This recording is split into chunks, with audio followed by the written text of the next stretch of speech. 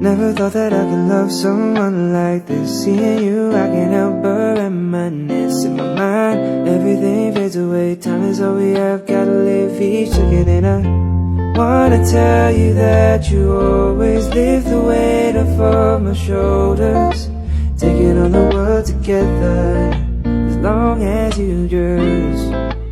Assalamualaikum warahmatullahi wabarakatuh. Saya Aliatila Putri dengan NIM 220304199 dari Prodi Manajemen Fakultas Ekonomi dan Bisnis. Di sini saya akan memperlihatkan video pembelajaran dari pertemuan 9 sampai dengan 15 mata kuliah komunikasi bisnis digital.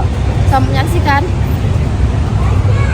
Saya akan membahas pertemuan 9 dengan judul keterampilan presentasi bisnis. Apa itu presentasi bisnis? Dalam dunia bisnis, kegiatan atas berbagai penting seperti pengajuan usulan baru, produk, pasar, dan bukanlah hal yang baru. Keterampilan presentasi bisnis adalah kemampuan untuk menyajikan informasi, ide, atau produk secara efektif dan persuasif kepada audiens dalam konteks bisnis. Ini melibatkan kemampuan untuk berbicara dengan jelas, mengatur informasi dengan baik, menggunakan visualisasi yang tepat, dan berinteraksi dengan audiens untuk mencapai tujuan komunikasi seperti menjual produk, meyakinkan investor, atau mempengaruhi keputusan bisnis. Tujuan presentasi bisnis. Secara umum, presentasi bisnis memiliki 4 tujuan pokok, yaitu yang pertama, menginformasikan pesan-pesan bisnis kepada audiens. Salah satu tujuan presentasi bisnis yang lebih umum adalah menyampaikan atau menginformasikan pesan-pesan bisnis kepada audiens. Pesan-pesan bisnis disampaikan tentu saja harus menarik, sederhana, mudah dipahami, dan enak didengar audiens. Yang kedua, menghibur audiens. Selain memberikan informasi, presentasi bisnis juga mempunyai tujuan untuk menghibur audiens. Artinya, untuk mencapai tujuan presentasi bisnis, seorang pembicara perlu menyelipkan humor-humor segar yang mampu menghidupkan suasana. Namun demikian, suasana dalam presentasi bisnis juga perlu dikendalikan, jangan sampai lepas kendali sehingga suasana berubahnya seperti elegan atau lelucon. Yang ketiga, menyentuh emosi audiens. Selain memberi informasi dan menghibur, presentasi bisnis juga memiliki tujuan untuk dapat menyentuh emosi audiens. Seorang pembicara yang berpengalaman tentunya tahu bagaimana menyampaikan pesan-pesan bisnis yang mampu menyentuh emosi audiens seperti contoh, seorang pembicara bisa saja menggugah emosi audiens untuk bersemangat, terharu, atau hanyut dalam perhatian melalui ekspresi yang dimunculkan oleh pembicara. 4. Motivasi audiens untuk bertindak. Tujuan terakhir presentasi bisnis adalah memberikan motivasi kepada audiens untuk melakukan atau bertindak sesuatu sesuai yang dikehendaki pembicara. Dalam memotivasi audiens, seorang pembicara perlu menyatakannya secara eksplisit dan bukan menggunakan bahasa basa-basi, dalam arti bahwa apa yang diinginkan pembicara harus secara tegas dan jelas tercakup dalam presentasi. Sebagai contoh, pembicara menghimbau para karyawan untuk mempertegas komitmennya, meningkatkan disiplin kerja, meningkatkan daya saing perusahaan melalui peningkatan kualitas produk dan sejenisnya. Persiapan yang harus dilakukan ketika presentasi bisnis. Yang pertama, penguasaan terhadap topik atau materi yang akan dipresentasikan. Penguasaan terhadap materi yang akan dipresentasikan merupakan salah satu syarat penting agar apa yang diinginkan disampaikan kepada audiens dapat mencapai sasaran. Ketidaksiapan terhadap materi yang akan dipresentasikan bukan saja menghambat penyampaian pesan terhadap audiens, tetapi juga akan memberikan citra yang kurang baik bagi pembicara yang bersangkutan. 2. Penguasaan berbagai alat bantu presentasi dengan baik. Di samping penguasaan materi yang baik, yang juga penting adalah bagaimana seorang pembicara mampu memanfaatkan berbagai alat bantu presentasi bisnis demi pencapaian tujuan yang dikehendaki. 3. Penganalisa berbagai lingkungan, lokasi, atau tempat untuk presentasi. Agar presentasi bisnis yang dilakukan tersebut dapat mencapai tujuan, seorang pembicara perlu mengenal lebih dekat lingkungan atau lokasi atau tempat ia akan melakukan presentasi bisnis.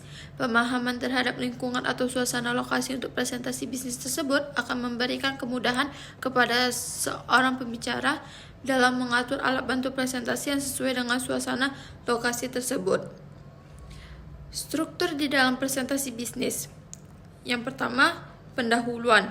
Pendahuluan merupakan materi apa yang ingin disampaikan. Yang kedua, isi utama. Isi utama apa isi yang akan disampaikan.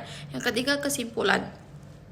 Keterampilan di dalam presentasi. Yang pertama, cara berpakaian. Kedua, presentasi dengan sikap tubuh berdiri. Yang ketiga, pandangan mata. Yang empat, suara yang jelas. Yang kelima, bahasa. Sekian materi yang saya jelaskan dari pertemuan 9, komunikasi interpersonal dan komunikasi kelompok, pada pertemuan 11. Yang pertama, komunikasi interpersonal. Pengertian komunikasi interpersonal. Komunikasi interpersonal adalah penyampaian informasi antara dua orang dalam memperoleh makna, identitas, dan hubungan-hubungan melalui komunikasi antar manusia. Komunikasi interpersonal merupakan komunikasi yang paling ampuh mempersuasi orang lain untuk mengubah sikap, opini, perilaku komunikasi, dan jika dilakukan secara tatap muka akan lebih intensif karena terjadi kontak pribadi, yaitu antara pribadi komunikator dan komunikan. Komunikasi interpersonal adalah proses pertukaran informasi di antara seorang dengan paling kurang seorang lainnya, atau biasanya di antara dua orang yang dapat langsung diketahui baliknya. Tujuan komunikasi interpersonal.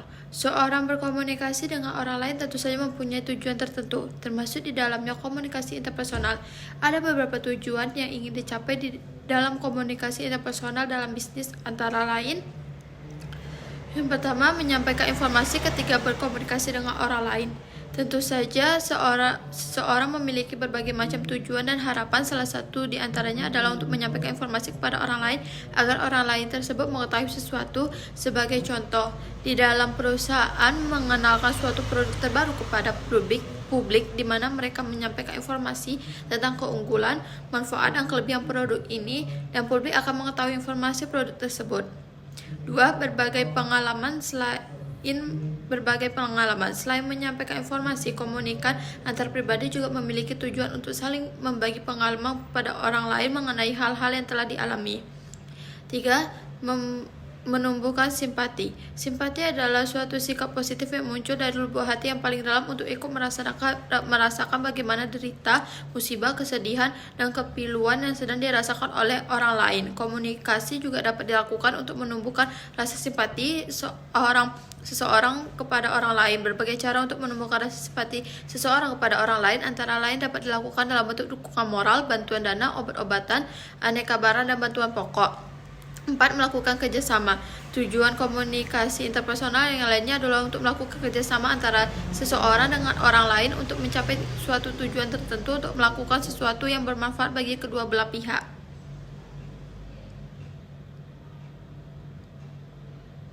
Ciri-ciri komunikasi interpersonal. Yang pertama, bahasa yang digunakan bisa formal dan informal. Yang kedua, memakai media tertentu, misal telepon, ponsel, dan email. Yang ketiga, dilakukan dua orang atau lebih. Yang keempat, bersifat terbuka dan komunikatif. Selanjutnya, pengertian dari komunikasi kelompok. Komunikasi kelompok ialah komunikasi antara seseorang dengan kelompok orang dalam situasi tatap muka. Kelompok tersebut bisa kecil, dapat juga besar dengan ditentukan secara berdasarkan ciri dan sifat komunikan dalam hubungannya dengan proses komunikasi. Di sini yang dimasukkan dengan komunikasi kelompok adalah komunikasi tatap muka seperti komunikasi yang terjadi pada rapat, briefing, dan upacara bendera. Selanjutnya, variabel komunikasi kelompok. Komunikasi kelompok sendiri dibedakan menjadi dua. Yang pertama, komunikasi kelompok kecil atau small group. Komunikasi kelompok kecil ialah komunikasi antara seorang manajer atau administrator dengan sekelompok karyawan yang memungkinkan terdapatnya kesempatan bagi salah seorang untuk memberikan tanggapan secara verbal.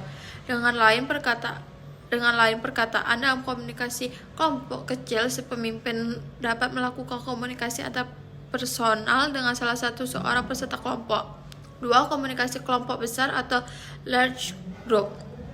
Komunikasi kelompok besar adalah kelompok komunikan yang karena jumlahnya yang banyak dalam suatu situasi komunikasi hampir tidak terdapat kesempatan untuk memberikan tanggapan secara verbal. Dengan lain perkataan, dalam komunikasi dengan kelompok besar kecil sekali kemungkinan bagi komunikator untuk berdialog dengan komunikan. 3. Fungsi komunikasi kelompok. Fungsi komunikasi kelompok yang akan dimanfaatkan untuk kepentingan masyarakat, kelompok, dan para anggota kelompok itu sendiri sebagai berikut. Yang pertama, fungsi hubungan sosial, yaitu bagaimana suatu kelompok mampu memelihara dan memantapkan hubungan sosial di antara para anggotanya. 2. Fungsi pendidikannya yaitu bagaimana sebuah kelompok secara formal maupun informal bekerja untuk mencapai dan mempertukarkan pengetahuan. Yang ketiga, fungsi persuasi, yaitu seorang anggota kelompok berupaya mempersuasi anggota lainnya supaya melakukan atau tidak melakukan sesuatu. Yang keempat, fungsi pemecahan masalah dan pembuatan keputusan, yaitu dengan cara menemukan alternatif atau solusi yang tidak diketahui sebelumnya. Sedangkan pembuatan keputusan berhubungan dengan pemilihan antara 2 atau lebih solusi. 5. Fungsi terapi, yaitu membantu setiap individu mencapai perubahan personalnya. Penjelasan dari materi pertemuan 11. Pertemuan ke-12 dengan judul negosiasi bisnis. Pengertian negosiasi bisnis. Negosiasi bisnis adalah proses di mana pihak-pihak yang terlibat dalam transaksi bisnis berinteraksi untuk mencapai kesepakatan yang saling menguntungkan. Ini melibatkan diskusi, tawar-menawar, dan kompromi mengenai berbagai aspek seperti harga, syarat-syarat pembayaran, jangka waktu, atau ketentuan lainnya. Tujuannya adalah untuk mencapai kesepakatan yang memuaskan semua pihak dan memungkinkan terjadinya kerjasama yang berkelanjutan. Teknik negosiasi bisnis. Yang pertama, mengetahui alternatif terbaik negosiator. Posisi negosiator dalam negosiasi akan meningkatkan jika negosiator sudah tahu alternatif terbaiknya. Alternatif terbaik adalah hasil kesepakatan yang lebih disukai oleh negosiator dibandingkan dengan diusulkan oleh pihak lain. 2. Mengetahui tujuan pihak lawan yang sebenarnya. Pada tahap-tahap tertentu, masing-masing pihak yang bernegosiasi akan tahu apa yang diinginkan oleh pihak lain, dan yang tidak kalah pentingnya adalah untuk mengetahui juga adalah alasan kenapa mereka menginginkan itu.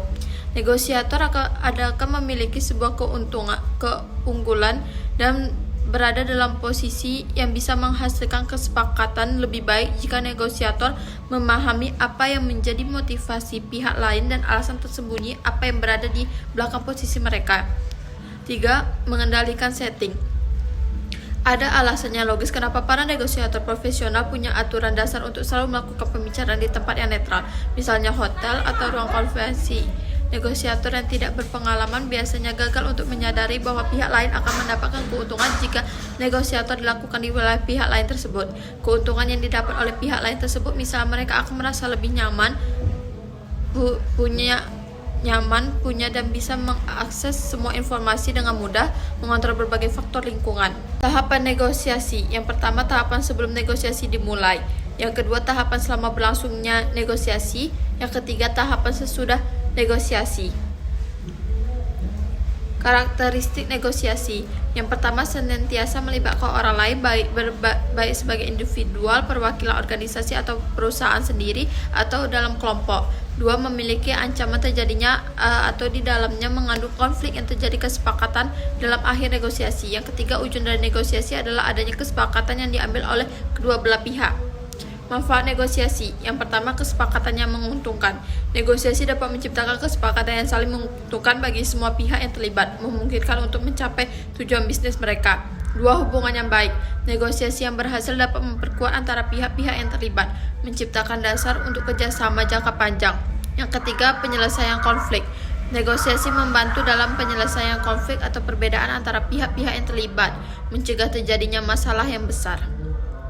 Sekian penjelasan materi dari pertemuan ke-12.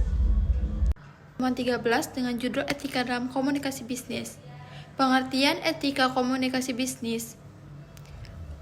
Etika komunikasi bisnis adalah prinsip yang menjadi panduan setiap individu dalam lingkup bisnis untuk berkomunikasi secara jujur, terbuka, dan bertanggung jawab. Etika ini memastikan bahwa setiap bentuk komunikasi yang dilakukan memiliki dampak yang positif pada semua pemangku kepentingan, karyawan, masyarakat, dan semua pihak terkait secara keseluruhan. Prinsip-prinsip etika dalam komunikasi bisnis. Yang pertama, kejujuran dan kehandalan. Prinsip ini menekankan pentingnya kejujuran dalam komunikasi. Artinya, harus selalu memberikan informasi yang akurat dan lengkap, jangan melebih-lebihkan dan menyesatkan. 2. Transparansi dalam komunikasi. Dalam hal ini berarti komunikasi perusahaan harus melakukan secara terbuka dan jelas terkait operasional bisnisnya. Dalam praktiknya, perusahaan dapat berbicara terus terang kepada seseorang mengenai situasi keuangan, alasan dibalik keputusan yang diambil, serta kegagalan dan kendala yang harus dihadapi. 3. Penuh perhatian dan empati. Mendengarkan sudut pandang orang lain, mencoba memahami, serta menunjukkan rasa empati adalah prinsip penting. Ini mencakup kesediaan untuk menyisihkan waktu guna memahami keluhan pelanggan, mempertimbangkan kebutuhan serta perasaan karyawan ketika mengambil keputusan atau menampung kritik dan masukan dari berbagai pemangku kepentingan. 4. Menghormati kepentingan. Semua pihak yang terlibat dalam bisnis harus memperlakukan dengan baik, dihormati, dan mendapatkan perhatian yang layak. Pada praktiknya dalam berkomunikasi, gunakan kata-kata yang sopan, hindari komentar diskriminatif dan menyinggung, dan hargai waktu serta pendapat orang lain. Dampak positif dari etika dalam komunikasi bisnis. Yang pertama, membangun kepercayaan dengan pelanggan dan karyawan. Perusahaan yang berkomunikasi secara jujur dan transparan akan menumbuhkan kepercayaan para pelanggan dan karyawannya. Sebagai contoh, pelanggan seringkali merasa kecewa karena produk yang mereka dapatkan tidak sesuai dengan apa yang mereka lihat di iklan. 2. Meningkatkan citra dan reputasi. Perusahaan ketika sesuatu bisnis dikenal dengan praktik komunikasi yang etis, pelanggan tidak akan ragu untuk mendukung bisnis tersebut. Misalnya, ada perusahaan yang sengaja terbuka berkomitmen terhadap praktik bisnis yang ramah lingkungan. 3. Mendukung pertumbuhan dan keberlangsungan bisnis. Dengan mengikuti etika komunikasi yang benar, perusahaan dapat mempertahankan persepsi positif dari masyarakat dan kepercayaan dari seseorang. Hal tersebut akan mendapat pada kesuksesan bisnis dalam jangka panjang. 4. Meningkatkan hubungan dengan pihak eksternal. Komunikasi etis tidak hanya mempengaruhi hubungan internal, tetapi juga hubungan dengan pihak eksternal seperti supplier, pemerintah, atau vendor. Perusahaan yang mempraktikkan etika komunikasi bisnis akan mampu membangun kemitraan yang solid dan interaksi yang positif. Tantangan yang dihadapi dalam etika komunikasi bisnis. Yang pertama, teknologi dan etika komunikasi tidak hanya bisa membantu proses komunikasi. Perkembangan teknologi yang semakin canggih dapat menjadi hambatan yang berkaitan dengan etika. Informasi yang dapat diunggah secara online bisa saja disalahpahami atau diambil dari luar konteks. Ada juga risiko pencurian data pelanggan. 2. Komunikasi dalam krisis. Selama masa krisis seperti kegagalan produk, skandal perusahaan, atau bencana, menjaga komunikasi yang etis adalah suatu tantangan tersendiri. Perusahaan seringkali menunda untuk menyampaikan kabar buruk atau menutupi fakta tersebut. Pada transparansi diperlukan untuk mempertahankan reputasi perusahaan. 3. Mengatasi tekanan untuk kesuksesan bisnis. Dalam pasar yang kompetitif, bisnis sering menghadapi tekanan untuk terlibat dalam praktik komunikasi yang kurang etis demi mempertahankan keuntungan, misalnya melakukan strategi marketing yang kurang memberikan klaim yang berlebihan kepada produk atau menyembunyikan informasi penting yang dapat merugikan pelanggan. Sekian penjelasan materi dari pertemuan 13. Pertemuan 14 dengan judul Teknologi Digital dalam Komunikasi. Pengertian teknologi digital dalam komunikasi. Teknologi digital dalam berkomunikasi merujuk pada penggunaan perangkat elektronik dan sistem berbasis digital untuk mentransmisikan, menyimpan, dan memproses informasi. Ini mencakup penggunaan internet, komputer, smartphone, media sosial, dan platform komunikasi digital lainnya untuk bertukar pesan, data, dan konten secara cepat dan efisien. Teknologi digital telah mengubah cara orang berkomunikasi dengan memungkinkan komunikasi real time, kolaborasi jarak jauh, dan akses mudah ke informasi dari mana saja di dunia. Fasilitas komunikasi bisnis di era digital. Yang pertama, endorsement.